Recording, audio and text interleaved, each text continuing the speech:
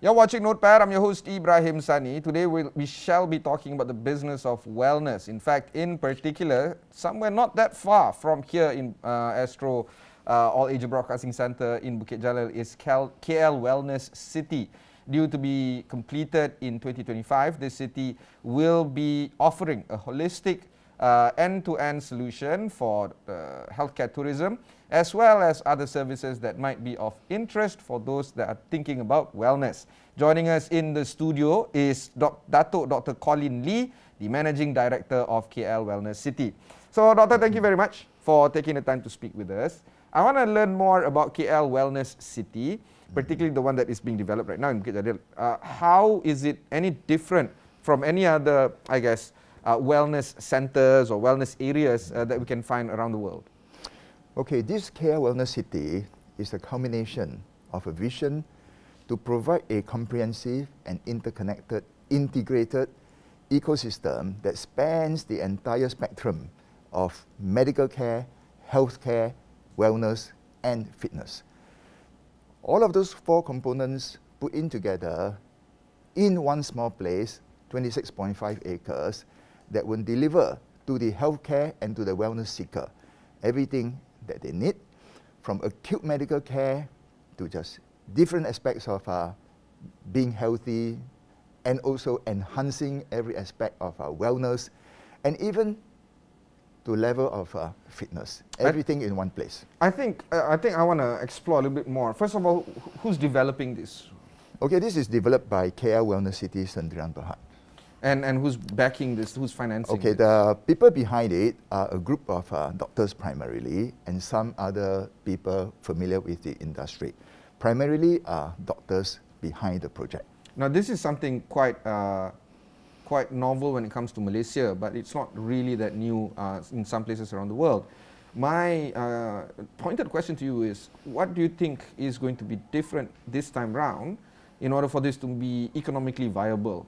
What's driving the business case here? Okay, there are three drivers behind KL Wellness City. The prime driver is healthcare itself, in particular, the health tourism market. The second driver is to address the needs of the aging population. And the third driver is medical innovation. I can talk more about the first one in particular. Yeah, go ahead. Okay, Malaysia is the, and I emphasize the word the, T-H-E, the leading healthcare destination for healthcare travelers in the world.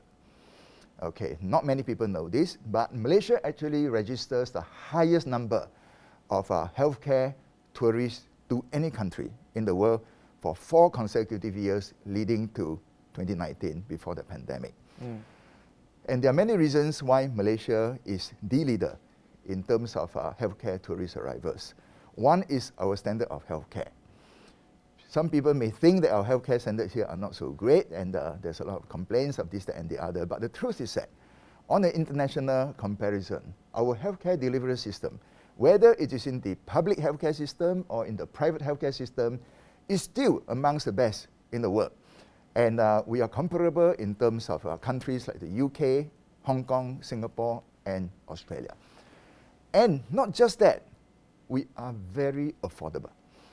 Thanks to our ringgit, the cost of healthcare here is only 25% of that in Singapore. And it is only about similar, 20 to 30% that of the USA. So if someone were to get the same kind of medical care or healthcare in Singapore, they pay 4 times compared to being paid here. And if someone goes to Singapore and is treated by a medical specialist, they get to discover sooner or later that about half of the medical specialists in Singapore were from Malaysia anyway. So tourists who seek healthcare, they get wiser. And over the years, they decided to come to Malaysia instead of Singapore. There will still be some that go to Singapore, but more and more are coming to Malaysia, especially from the Indonesian archipelago. Okay, I was about to ask you that. There are 2 follow-up questions here. Number 1, what would be the main kind of treatments they come here for? And number 2, who are the bigger tourists, medical tourists coming to Malaysia? Okay, medical tourists come here for a range, a very diverse range of medical treatment. They come for as simple things as just for screening, and they come for more sophisticated things like IVF, cardiology treatment, heart checking, all kinds of orthopedic treatment, gastroenterology, scopes, and so on. The entire spectrum. So there's not a specific area that they want to come? No. They actually want the whole gamut of entire gamut of medical care. And where are they normally coming from? The patients that come from overseas to Malaysia, the biggest number comes from Indonesia. And then there are also significant numbers that come from China, from Singapore, from the Indian subcontinent, and even the Middle East, and basically from all over the world. Is the KL Wellness City business proposition catered more towards these hotspots of medical tourists, or do you feel that there's a need to service the local market as well, Malaysians in particular? Even for the local healthcare market, there is still an increasing need for more medical services and more healthcare services.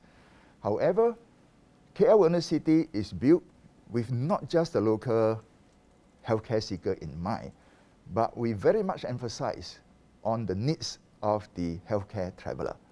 And in that respect, we expect that in the region of about 50% of patients that will come to KL Wellness City, to the hospital or to the clinics, will be from overseas. And in that respect, we have taken great pains to plan the Wellness City in such a way that we cater to all the needs and all the requirements of the healthcare traveler. Of course, not forgetting the local healthcare seeker as well. All right. We'll go for one short break. When we come back, we'll discuss a little bit more with KL Wellness City.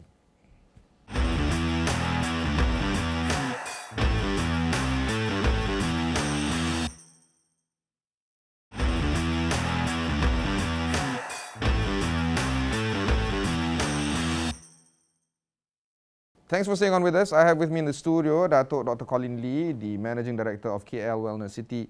Doctor, I want to ask you a little bit more about the pricing element of the business. Very recently, the DOSM, or Department of Statistics Malaysia, has published Malaysia's inflation rate. It has risen 2.2%. Some items inside it has risen a little bit more. Food inflation in particular has risen 4%. I want to ask you about health care inflation, which you know very well is, of course, one of those that is actually quite high in terms of inflation rate, rising year on year. In fact, it has been rising even before the pandemic, but it's more pronounced now. Do you feel that there is an element of profiteering from private institutions in offering healthcare to a point where it has pushed up the inflation rate for healthcare? The simple answer to that is no. Let me elaborate. Firstly, it is widely understood and known that the inflation for healthcare treatment is higher than the national inflation rate. I think that is a fact. And one has to understand that to be able to deliver healthcare, there are a lot of requirements, and these requirements are a lot from the government. And not only that, this is also as a result of the increasing expectations of patients. Also increasing chance of litigation and so on. So all this drives the cost of healthcare. Like example, just building healthcare, buildings itself, the price have gone up a lot, not just because of material and construction costs, but more so because of requirements by the authorities. And medical equipment, medical supplies, pharmaceuticals, drugs, consumables has just been going up and up. And all this eventually would have to be passed on to the patients. Otherwise, the hospitals and the healthcare facilities will not be able to sustain itself, number one. Not only that, they will not be able to reinvest and to put more money into the latest equipment and the latest facilities. So this increase is justifiable, and it is something that unfortunately is unavoidable. And if we were to compare our cost of medical and healthcare treatment in Malaysia, is actually very low, and it's one of the lowest compared to all the countries, definitely lower compared to developed countries. As I mentioned earlier, we are only 25% the cost for the same thing if you were to get it in Singapore. Another element that we need to focus on is the possibility of a brain drain, particularly in terms of specialists and, of course, junior doctors leaving the system, healthcare system altogether. Do you feel that this is an opportunity for current medical practitioners and healthcare professionals to continue on serving in this country, but more towards the private healthcare sector, particularly when we see there is a demand for private healthcare services like KL Wellness City is offering right now? Yeah. You brought up a very good point. In fact, there are many Malaysians and ex-Malaysians who are now working abroad as medical specialists. In the UK in particular, some in Taiwan, Australia, and other countries, even Singapore. And many of them are contemplating wanting to come back to Malaysia to work, to serve, and also to be with their aging parents, example. But the fact that our ringgit is so low actually discourages most of these people from coming back. However, with the ecosystem like what we have in the KL Wellness City, where not only we provide the latest and the most advanced medical equipment so that they can utilize their latest expertise and their most advanced expertise, because they got latest equipment and facilities here, they can continue to do that, plus the fact that we have facilities and a platform that encourages and basically we want to incentivize all these people to do clinical research, to do R&D. And there are many of such Malaysian doctors abroad who would like to see the opportunity that is made available here in KL Wellness City, and that is one of the attractions that will pull them back to actually work in Malaysia. You touched a good point, because it's not just offering clinical services. Is KL Wellness City thinking about clinical research as well? Very much. In fact, we have one tower, 3 stories, 50,000 square feet, where it is being built with all the infra that will qualify it as a MSc status Tier 1 building. Is that why you guys are operating out of Bukit Jalil, for instance? That's one of the reasons, because Bukit Jalil is been designated by DBKL as the international zone of Kuala Lumpur. And we want to use KL Wellness City with the entire ecosystem to be a platform for medical specialists, and not just medical specialists, but also healthcare workers, and encourage them to do clinical research and to do R&D. And in that respect, we have actually planned to have a clinical research office and also to have this MSc status building to basically to encourage and also to facilitate the conduct of R&D and clinical research. You have highlighted a few key stakeholders that you need to work with. Not least Clinical Research Malaysia, CRM. You've got to think about MHTC as well, which is the Malaysia Healthcare Travel Council. Of course, notwithstanding, you've got to deal with the MOH, the Ministry of Health, and perhaps even MMC and MMA. These are stakeholders that would require a lot of engagement, a lot of back and forth when it comes to building some form of rapport. Do you feel that you have what it takes to smoothen things out with these regulators and associations in order for you to operate not just as a profitable company, but a company that can just run along with the regulators without anybody impeding what you are set out to do? Absolutely. In fact, the entire vision of KL Wellness City drives hand in glove with that of the government, and in particular with the Malaysian Health Tourism Council. We have started dialogue with the Malaysian Health Tourism Council, which are very enthusiastic and in fact very passionate also to work with us, as they see that our vision and the MHDC's industry blueprint for 2022 to 2025 in fact is almost identical. That we are actually building towards a recovery from COVID, and not just that, but to go beyond 2019 in terms of delivery of number of healthcare tourists coming to Malaysia, and in terms from the economic standpoint, that in 2025, the Malaysian Health Tourism Council is expecting that healthcare tourists will contribute 17 billion ringgit to the Malaysian economy.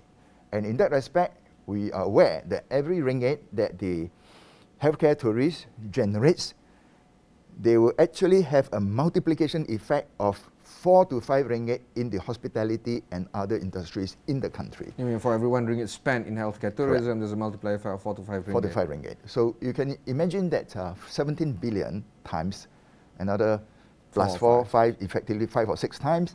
That is the amount of money that will be generated by the healthcare tourism industry directly and indirectly, and it will form a significant contribution to the country's GDP.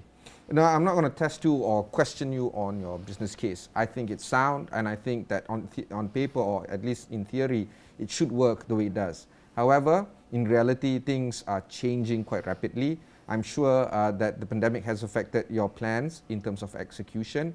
I'm sure that the gross development value that you mentioned or quoted in the press of more than 11 billion ringgit is sizable but realizable, but there is a question of how funds are going to be raised to continue to fund the construction of the project.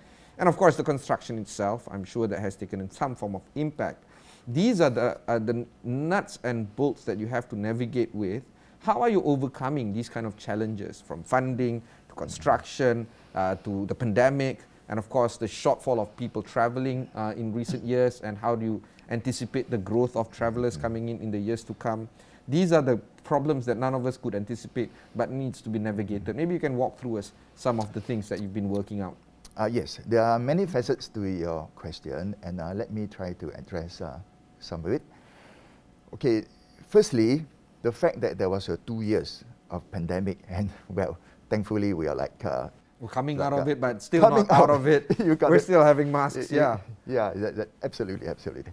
So during this period, of course, all the construction activity has slowed down, and we actually only started construction in September, October last year. And already we are facing an issue where the contractors are not able to deliver to us on time because of a shortage of labor. Okay, so we are hoping that with Hari Raya just around the corner, and where most of these construction workers are actually Indonesians, that they can come back after Hari Raya. Many of them have gone back before or during the pandemic, and they've not just been able to come back here. So hopefully that will help to address in some significant way the shortage of labor, and help to get back the construction activities back to speed. But sometimes Okay. it's not within your hands. This is Correct. a G2G conversation. This is a Ministry of Absolutely. Labour conversation. How do you intend to navigate this? I mean, if the government doesn't allow it, there's nothing much you can do. Yeah, you're right. And in fact, this applies to the entire construction industry in the country. Not just about KL It's not City just itself. us. It is a countrywide, industry-wide problem, which I believe in our government that they will address this issue, because the impact on the entire Malaysian industry and economy is significant if this issue is not addressed speedily. So I trust the government will address this issue. Okay. The pandemic over these 2 years has been, in a way, a blessing in disguise, in that during these 2 years, we are able to spend time to do a proper planning, a detailed and even add value to what is normally planned in the hospital and in the township. So during this time, the principals of all the consulting companies that we engage, for example, the architect company, the M&E company, and so on, the principals themselves attend all the meetings, rather than assigning a junior to come and attend the meeting, because basically during the last 2 years, there are so little jobs. So that was, in a way, a blessing, and that time we are able to go into very detailed planning to make the buildings so efficient. You can't believe it, how efficient our hospital is going to be from the planning point of view. Quite the salesman you are. Yeah. But okay, and what about the funding then? How are you going to fund the construction over the few years? Because it's a 10-year project, if I'm not mistaken, or correct me if I'm Yes. wrong, right? So these are going to be seeing some funds coming in every year, certain amount of billions coming in. Yeah, walk through us through that. Okay, the funding comes mainly from internally generated, and also there are 7 pieces of land. So we will also work in conjunction with other parties to handle some of these pieces of land. Whereas those that are directly and intimately healthcare based, the parent company will handle itself. There's also, of course, going to be debt in terms of bank borrowings and other equity partners coming in shortly. So in terms of funding, we have gone through the whole system. We are very secure. And we are not developing the entire 26.5 acres one shot. Yeah, of course. It has been divided into 7 bite-sized pieces of land, so that we will do in stages and making sure that the cash flow is sustainable. Okay. Final question to you is this, Dato'. There's I don't know who your competitor is, because there is no, I guess, integrated healthcare provider in the country that provides the entire gamut of services. However, Malaysia is not short of services, anywhere from clinical offerings to cosmetic to wellness to fitness, but it's sporadic, it's everywhere in the city, in the country. So perhaps while I can't name one direct competitor for KL Wellness City, the offerings are still substitutable across the country. So how do you navigate this whole market situation where if I'm a patient who requires a service, I can just go to 3 or 4 or 5 private hospitals out there, fitness centers, wellness centers, I can just go anywhere I want. What would be the pulling factor of KL Wellness City to a point where a patient like me would just drop all the substitutes and go for your single offering integrated in one premise? KL Wellness City is not meant to substitute all the other facilities and offerings that is already around. We are here to provide an integrated and a comprehensive system where the healthcare seeker can find everything in one place. Imagine a person who is already not too well, and he come and seek healthcare or medical treatment, and then he's asked to move from one part of town to another part of town, having to make appointments and traveling and so on. Whereas in KL Wellness City, they can find everything in one small little locality, which is interconnected, wheelchair friendly, and where they can access even on an electric wheelchair on every single part of the Wellness City. So this Wellness City is built with the healthcare seekers' needs and the convenience in mind, and not only that, it also takes into consideration and also cater for the healthcare provider, in that we build a lot of amenities and also green spaces, ventilated spaces, everything about enhancing of wellness, so that the healthcare provider also is not forgotten in the entire scheme of the Wellness City. And in that respect, we have actually made a lot of deliberate planning to make the entire KL Wellness City a wellness real estate, which is one of the... Sorry, wellness real estate? Wellness real estate. Real estate. So wellness real estate is a new concept that developed over recent years and gained a lot of interest during the COVID times, where people want to live well. So KL Wellness City has been built with the infra and deliberate green building index and all kinds of features that will enhance and maximize every single stakeholder's potential of wellness. Circling back to what you said earlier, which is the grey economy, I would call it, where aging society is actually impacting us quite considerably in the years to come. Is this wellness real estate targeting folks that want to retire in the city but within the wellness confines? Wellness starts from young.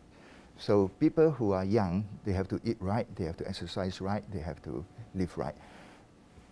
While it starts from young and applies to the entire spectrum of a person's life, yet we know that the needs of wellness and healthcare for the more elderly becomes more acute, and where people are living longer, and where the expectation of living well also increases, there's more and more demand for wellness facilities, and this concept of wellness real estate is premised upon that the infra, that the building, that the landscape, that the entire township planning should enhance the sense of well-being, not just from the outside, but also in terms of internal spaces where people spend most of their time. Yeah. Fantastic. I'm pretty sure I'm going to invite you again and again to the show. Hopefully you'll come. But my pleasure. For now, that was our conversation with KL Wellness City's Managing Director, Datuk Dr Colin Lee. There's plenty of items that you can explore. You can find out more on astro.com, search for KL Wellness City. You can also go to their website and find out more there as well. Until then, thanks very much for watching. Catch you in the next one. Thank you.